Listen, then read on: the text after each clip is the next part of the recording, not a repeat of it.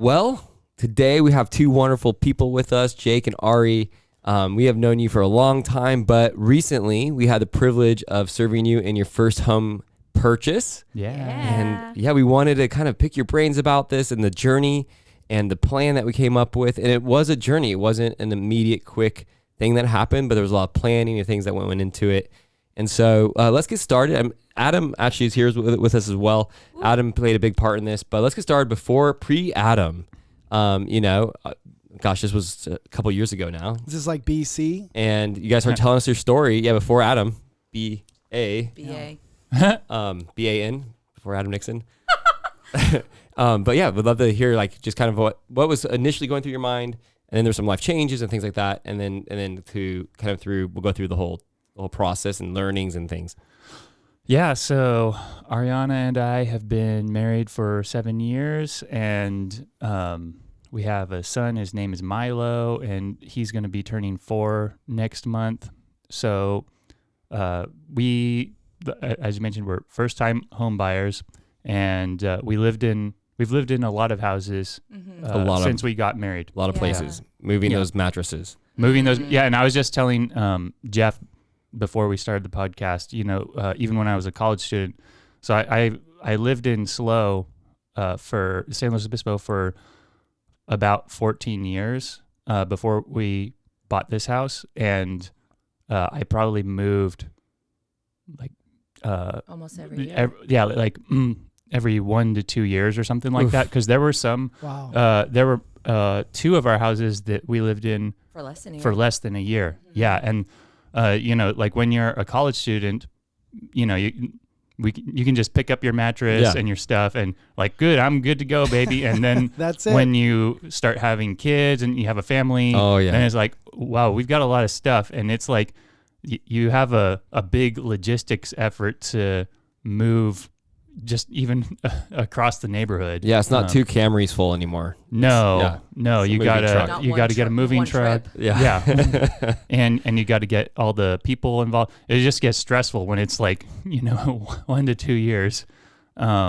So, obviously we're just like everybody else. We wanted to buy a house, but last several years we've been looking at the market and it just goes up and up and up and up. And it looked like something that was completely out of reach for us, and our incomes have always gone up, but then, expenses go up and there's inflation and things like that. And so it had looked like kind of a hopeless situation. So what we were, if you want to jump in at any point. Yeah, I was going to say, it was really cool when we first got married the first year. You had a workshop with Equity Reach, and we came to that, and we were like, oh man, we really need to do this, but I don't know if we can. So we went to that, toyed with it. We also looked at some places with you, but decided it wasn't the right time. Yeah. And then you were in contact with us next couple years. And I think Jake went and looked at a couple things too. And so there was at least 2 times we were really trying to get into the market. But like Jake said, there were so many external factors that were pricing us out. Yeah. And I think your job situation was changing too. Yeah. Right? Yeah, because I wasn't permanent at Cal Poly, the university in San Luis Obispo. Right. And so it was hard to pull a trigger. And then once I did get a permanent job, we also got pregnant, and then we were trying to settle in, and then COVID happened, and it just everything kind of snowballed all at once. Yeah, it was a lot. Can we go back really quickly just to your renting? Because sometimes renting just makes sense if you're only going to be in an area for a few years, and it's really easy, it's flexible, and then you can pick up and move. Tell me just briefly a little bit more about your renting time. Why did you have to move maybe so many times? Was it because your landlord changed, or you guys desired to move and that was just part of job change and you guys wanted to move? Tell us a little bit more about why did you move so many times? Because sometimes that just happens with rentals. That people don't realize that their landlord could kick them out at any time. Right, exactly. Yeah, so for me, when I was a college student and a single man, I always had roommates when I was in SLO. Mm-hmm. And so my first house that I lived in, that was friends through school. And then after that, it was always church friends that I lived with. and which is great. It's great to have buddies like that. But the more roommates you have, that's, every single person has their own life, and they move on to different things, or they get an opportunity. Sometimes they get married and they move on. So then you got to find new roommates, and sometimes you don't have the right number to get the price that you need. So we were like, okay, we need to get a new house, and so on and so forth. And then when you get older, like more of your roommates are getting married. But then, like you said, there's situations where the landlord wants to sell the house, or a lot of the times the rent will increase. That's something that was always the case. When I first started living in SLO in 2009, it was so low. My roommates and I, we had kind of a sweetheart deal with a family friend of my roommate, and it was a granny unit, 2 large rooms, and a kitchen, and all for $1,000. And then later he raised it to $1,100. But I was sharing a room, and I paid $275 a month. Wow, those were the days. Those were the days. You could afford food then. Yeah, for real. Yeah, but what happens? So when Ariana and I got married, the 2 houses that we only lived in for a year, one of them. It was by choice. It was by choice. So that's true. The first place that we rented when we first got married was this quaint little place. It was a 1-bedroom, and it was $1,100 a month, which was a steal back then, because it wasn't a studio; it was more segmented out. But then we're like, well, what if we have a kid in the year? And so we left the lease after 11 months, and then we went to a new place that was a 2-bedroom. And in order to keep with almost the same rent, we actually had a roommate with us. We had Jake's brother, who was going to Cal Poly. And then after a year of that, almost a year, the landlord decided to sell. Mm-hmm. And so he was kind. He offered, he's like, do you want to buy it? And we're like, we can't do that right now. Mm-hmm. And so I think that's when we were poking around with you, trying to check it out. Yeah. And then we ended up getting another place, and we stayed there for about 3 years. That was our longest place. But again, we always needed a roommate. And so we had his brother who stayed with us. Then we had a baby. And then we knew we needed to expand, but we couldn't financially do it. So we got a bigger place, our 4th rental, with a roommate and a kid. So that's how we were able to live in SLO. And I mean, we both worked. We're both working parents. We had a really clutch childcare situation. So it's not like our expenses were astronomical. What I want to say to that is so normal. Yeah. They say like 17% of of California can afford the median home price. And it's crazy. Very normal, like, to not be able to buy a house, and you have to make, even with rent. It's like, hey, we have to do this by having roommates. So many of our friends have had the same situation. So it's like a normal thing, and I don't want people to feel any shame around that. Totally. It's just kind of how it is in California. Yeah. Yeah. So, and then, so what happened with that house, our last house that we lived in, we lived there for 2 years, and after the first year we renewed the lease, and the landlord raised the rent, and then he was going to he raised it again on the next year, mm-hmm. and he was going to raise it again. The third time, and within 3 years. So the writing was on the wall. The writing was on the wall. It was just getting to the point where, we were looking at our numbers, and we're like, well, we can afford things right now, but this isn't a situation that we want to stay in permanently. Like, we should probably get out while the getting's good. And so what our plan was actually for us to go look down in Santa Maria and Lompoc and see if anything was there. But if we didn't find anything before we had to move out, we were going to move with my parents for a little while, live there. And we were getting emotionally prepared to do that. And it wouldn't have been the, end of the world for us, but that's just what we were looking at as a kind of tool to help us achieve our goal. Yeah, with Milo, the parents were like, please move in with us. They said a key word there with a plan, and that's something that we love to focus in on. And like, for you guys, it was a plan, and it was a process of checking out the market and realizing, hey, we can't quite afford what we would want to move into. Yeah. It sounds like it was 3 years. For me, it seems shorter, but and then I stayed in front of you guys. Hey, is now a good time? Is now a good time?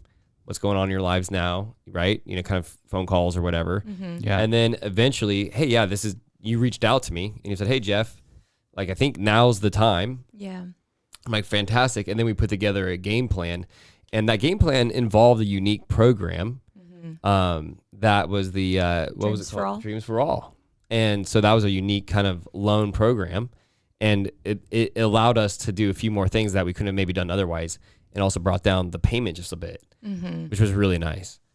So so you guys were proactive. I remember Adam and I were like, wow, they're really on it, you know, and getting their documents in and getting qualified for that. That program only lasted 2 weeks, but because you guys were already qualified, you're one of the few people, you're the only people I know that got into that program. Whoa. Yeah. So that was really impressive. And yeah, we could say we did one, Adam. Woo! The Lord made it happen. It was a total miracle how Amen. it all lined up, which we love to see and stuff. And I think, yeah, to Jeff's point, like you really had to have like a plan in place. But what we always want to support people in is people's why and when that urgency becomes big enough. Because again, you're not defined by whether you own a house or not. Right. But we always want to be there to support people. And even Jeff just checking on you guys. How are you doing? How can we best help? But it really has to be the client that ends up being like, okay, we're ready. For you guys, tell us a little more like what got to that point. Because it's not like all of a sudden houses were like coming with a 50% off coupon. Sure. It was hard. Like almost every year you're probably looking at the market. So for you guys, what was that tipping point? And interest rates went up between those time periods. Yeah. So there were a lot of things that like still didn't make sense. But what do you want to kind of jump in and explain? I was going to say that. So at the end of 2022, Jake and I are Christians, and we have been really diligent about praying about when it was the Lord's time. And again, the reason why we didn't pull the trigger before, because we both felt when we were looking at places with Jeff originally that God was saying no. Yeah. And it almost didn't make sense because the interest rates were so low. There was a lot more stock available, and it seemed to be a really good time. And I'm sure it was a really amazing time for other buyers, but for Jake and I, it wasn't. And so we were just like, okay, well, when you say yes, that's when we'll go. So end of 2022, we both started feeling like, I think God is going to say yes next year. Yeah. And so, you know, without having everything like downloaded, we just kind of made a rough plan of, okay, in winter, we're going to get all of our finances in order. In spring, we're going to start the paperwork. In summer, we're going to start looking to hopefully pull the trigger in fall. And that's kind of like the rough plan that we had. And we were on track to do it. And then God kind of interrupted our plans with this Dreams for All, because it's a long story short. Dreams for All is the program where California had like a flash in a pan moment. We weren't even going to consider it. I remember, I think you were the one who was like, oh, have you heard of Dreams for All? I was like, we're not going to do that. I don't trust California. But wait, they want to help us with this seems suspicious. Tell me more about this. And we're here California. to help. Exactly. The most scary words according to Ronald Reagan. Yes. So when through a long story, we had our plans moved up and we started looking in spring instead of summer. And then right after we got done with our financial meeting, I think it was you that said, hey, have you heard of Dreams for All? And we're like, we're not going to do it. And then that weekend, Jake was like, I think we really need to pray about this. We've kind of just decided, and we didn't even ask God if this is him opening a door for us, because he can bless us from unholy places. Well, I'm not saying California's unholy, but I'm just saying. But like, it this wasn't. Get lots of rewinds. And Yes. right there. Sorry, California. Don't investigate us. Just kidding. But anyway, we decided to actually slow down our thought process and let God do the interruption. And we were looking at the program with a very wise eyes, and we're like, this actually could be a really good opportunity. Yeah. So the Dreams for All program was structured in a way where first-time homeowners had an opportunity to have up to 20% of their down payment covered. And you didn't have to do up to 20%, but that was the max.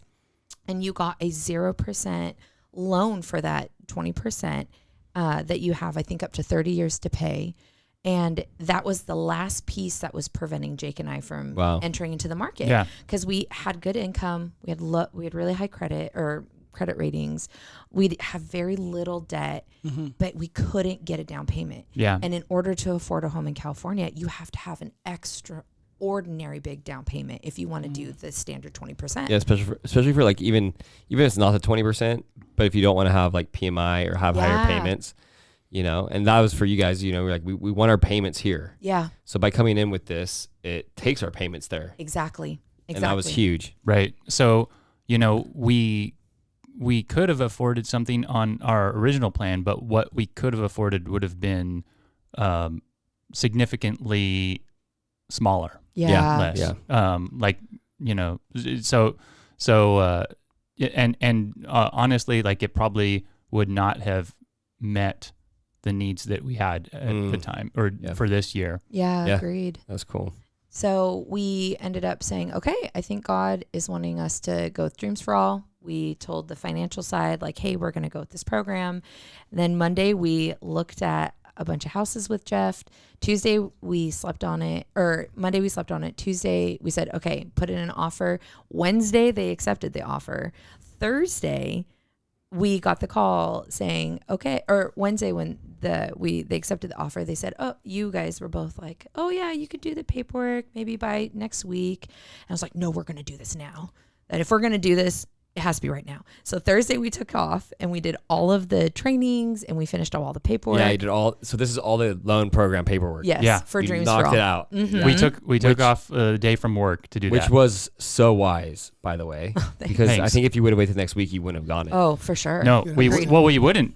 Because tell them what happened next. So and this is all in 1 week. Like this is not like, and then the following. It's one sequential week. So Thursday we did all the paperwork because it's a program through California. They wanted to make sure they were doing their due diligence and giving people money that would handle it well. And then Friday, the loan agency let us know that they were able to secure our funds from the program. And then 1 hour later, it closed. Isn't that crazy? It's gnarly. So gnarly. And that just confirmed to us that, you know, it was God's moment for us. Yeah. And so that, you know, when we got that, when we just waited a little bit and asked God, like, hey, is this the right time for us? And, you know, we got that kind of confidence to move forward. It really paid off for us. Yeah. So cool. We don't talk maybe enough in this program about how God does seem to just use real estate in powerful ways in people's lives. Mm-hmm. Yeah. Like your story's unique and special. And like this happened so powerfully where I'm like, wow, that's really crazy that this will happen. And there was lots of people that we know that were trying to get that program that didn't get it. Yeah. You know, we have a good friend and she was trying to get her house with her husband and they were like a day late on it, you know? And so there's like the kind of sad stories and the ones that worked out. Right. But even with that person, we've seen God do so many things through. Absolutely. They ended up getting a house and it was family financed and it worked out really well. Wow. So it's like, you know, God again and again uses faith in real estate to impact people's lives. And ultimately, when housing and shelter, it provides so much for us. Yeah. And to see God use it in a way, you know, and then I know you too. I know you guys have people over and you love on people and you care about people. And I think there's so much to be said about opening up our houses and hospitality and just using what we've been given, you know, and I think it's countercultural. I mean, I'm kind of going on a soapbox here, but it's kind of countercultural. You know, it's like a lot of us go home, open the garage, drive in, and then we leave and we don't know our neighbors. Right. And, you know, it's like, I know that when we get given these pieces of real estate or we're in the house, it's like, let's be the light to our neighbors. Let's be, let's build community and fellowship and like break bread together. And it doesn't matter if we all necessarily agree or whatever on politics or whatever. I mean, there's always the crazy neighbor, right?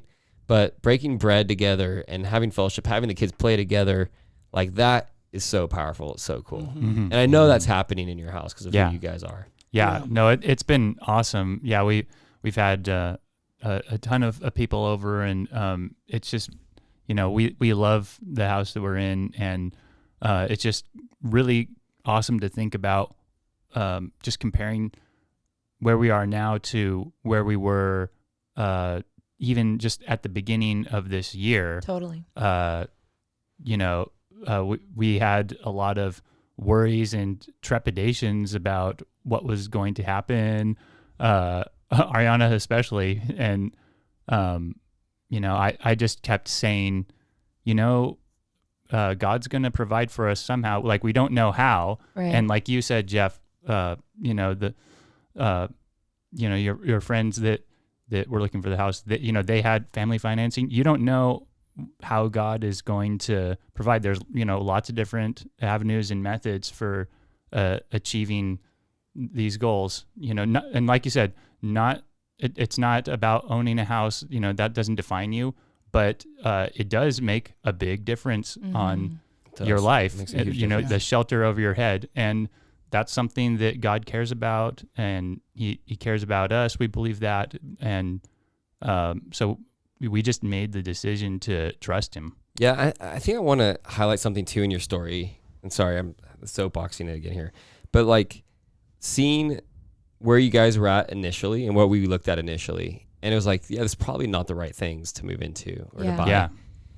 And seeing the journey of, was it 4 years or 3 years? Or? Man, it seems like way longer than that. But yeah, it was probably like 3 or 4 years. I don't know when was the first time that we talked to you, Jeff. Well, it was the year we got married. The year that we got married. It must have been longer, like 6 years. So it's been like 7 years. It's been a long time. It was a long process.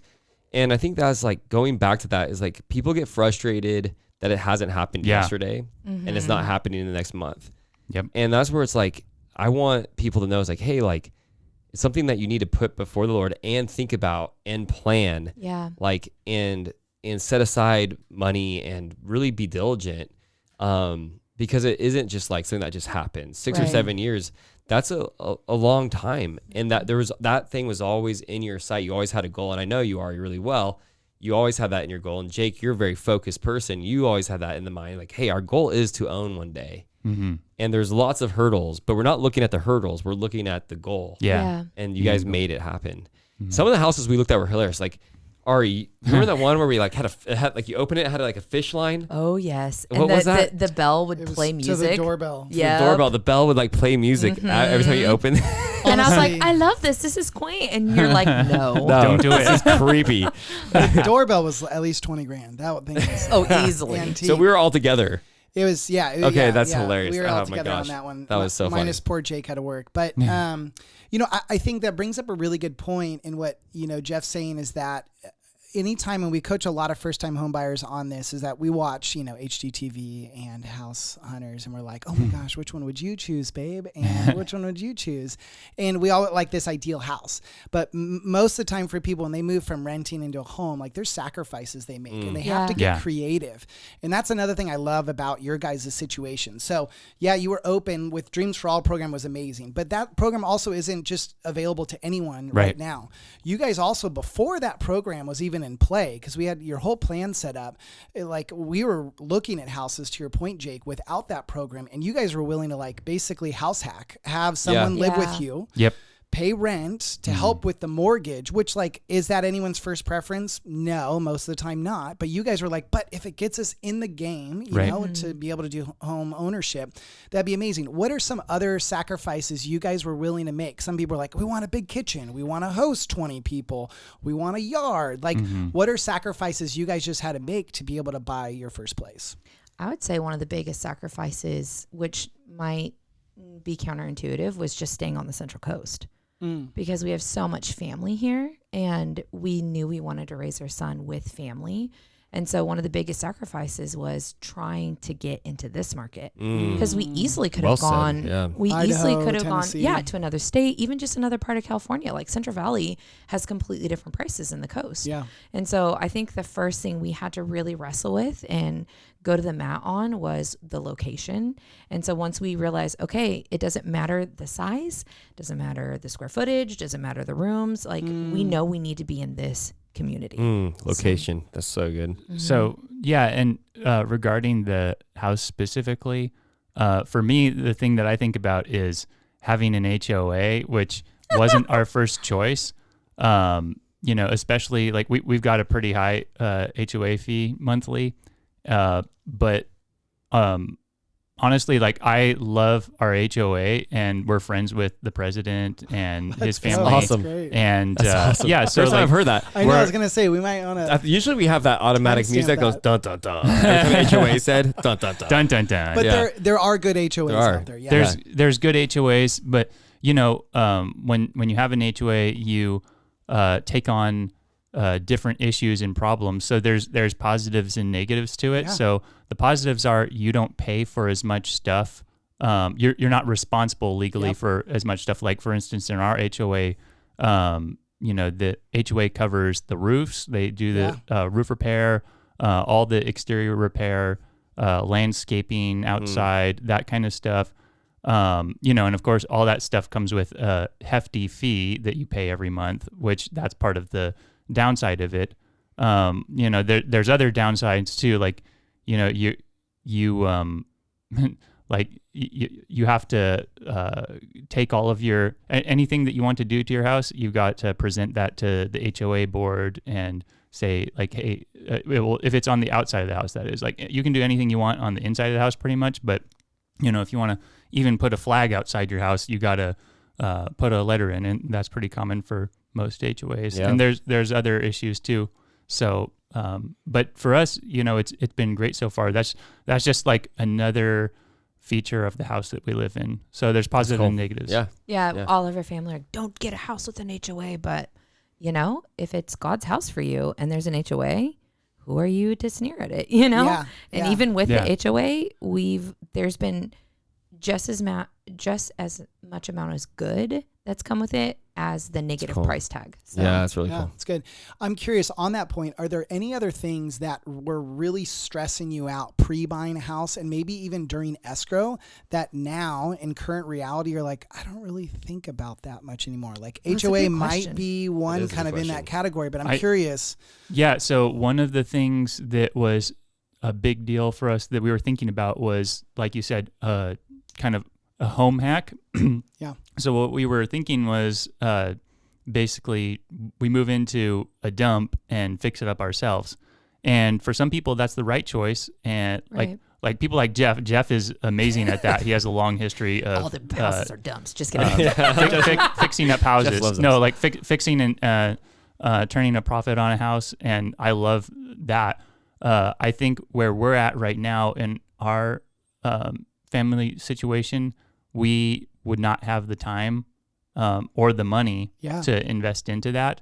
And but that was something that we were looking at as kind of, this is our only option. Yeah. But then, because we were able to move into this house and we've got an HOA that covers a lot of the major exterior things that we would need to be fixing up at a fixer-upper house. We really don't worry about that as much as we would, like some of the major home repairs and stuff like that we were considering originally. Yeah, so good. How about you, Ari? I would say that the thing that I was most stressed out about, which I'm sure every first-time home buyer feels, is all the unknowns and unvariables. Because, in San Luis Obispo, your utilities are just astronomical. And so we had never lived in Santa Maria. I had never lived in Santa Maria. Was almost a decade since you had. No, more than that. More than that. And so I was like, what if water is even more expensive? And what about this? And what about that?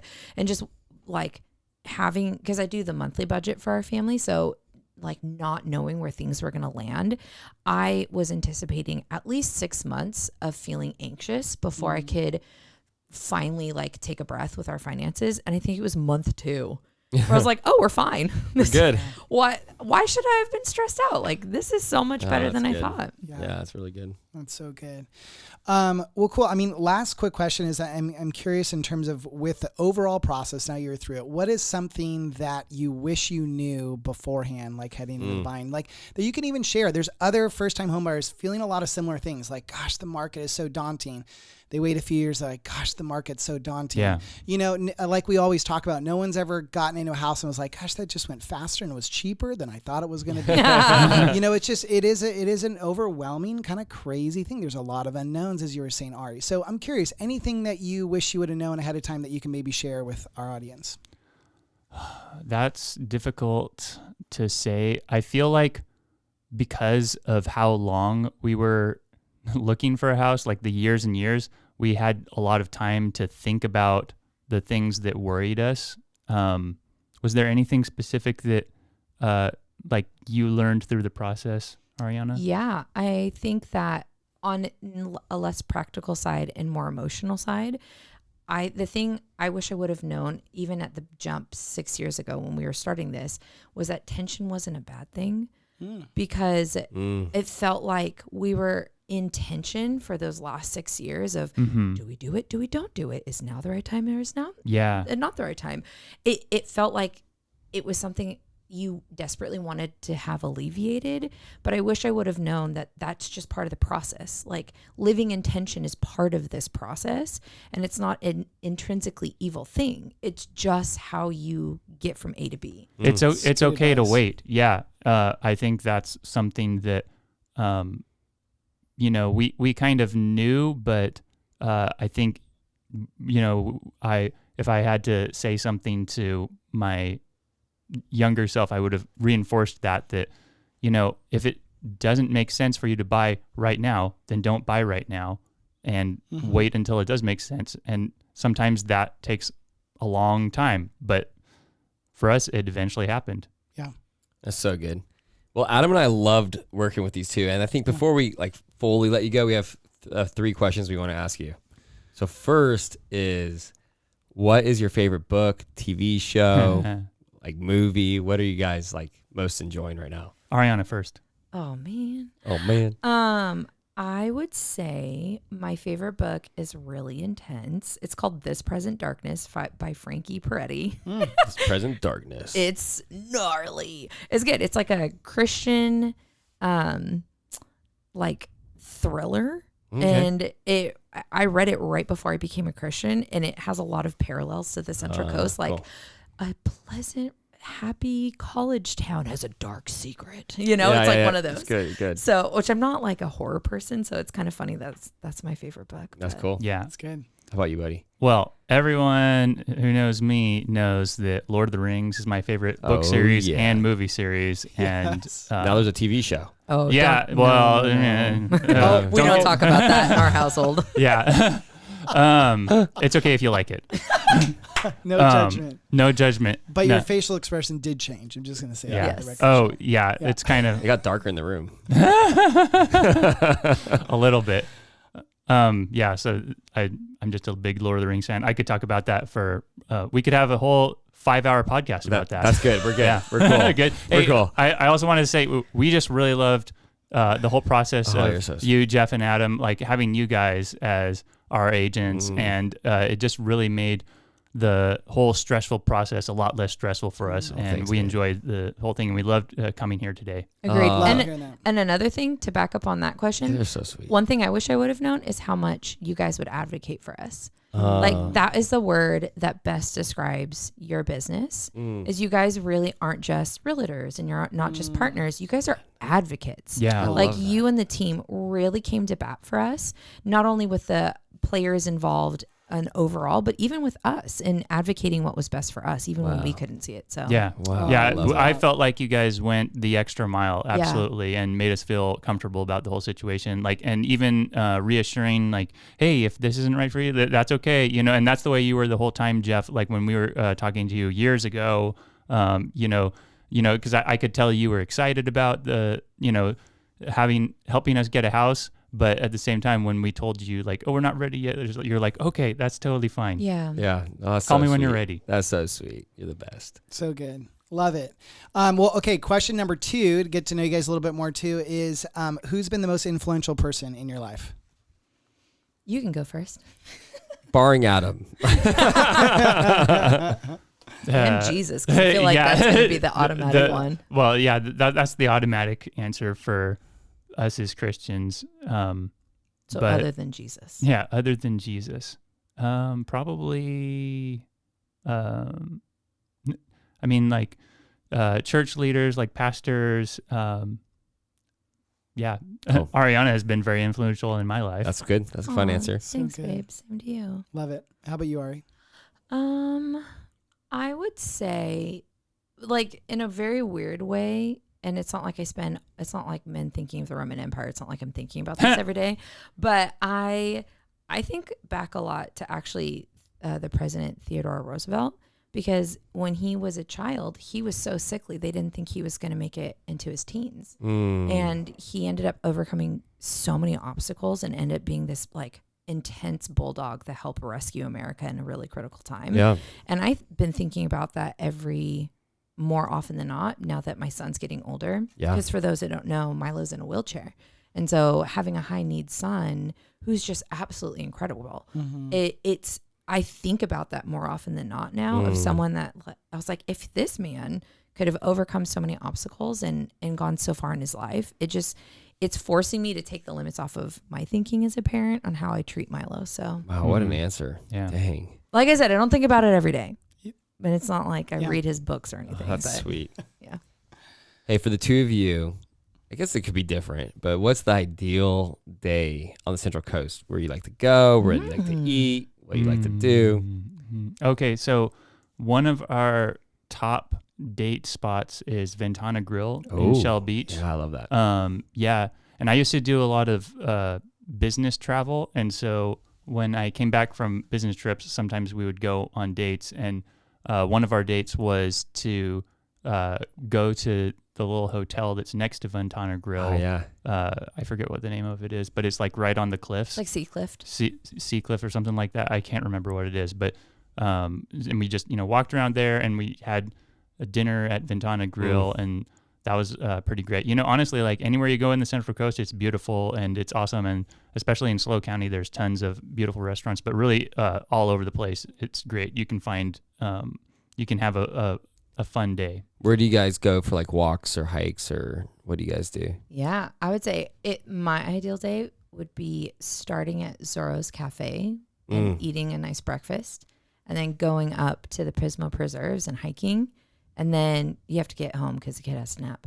And then, and you've already eaten a big lunch or a big breakfast. You don't need lunch. But if you do want lunch, there's lots of good options. And then in the evening, probably going like downtown AG, somewhere really quaint, or downtown Orchid, and just walking around as a family, and then going to Ventana Grill and watching the sunset. That's right. That's awesome. So good. Amazing. Well, you guys, thank you so much for your time today. And again, thanks for even just trusting us in the process, giving us the opportunity to serve you and just be a small part of your guys' epic story. Yeah. Thanks, guys. We really appreciate you. We really appreciate you guys. Thank you. Thanks.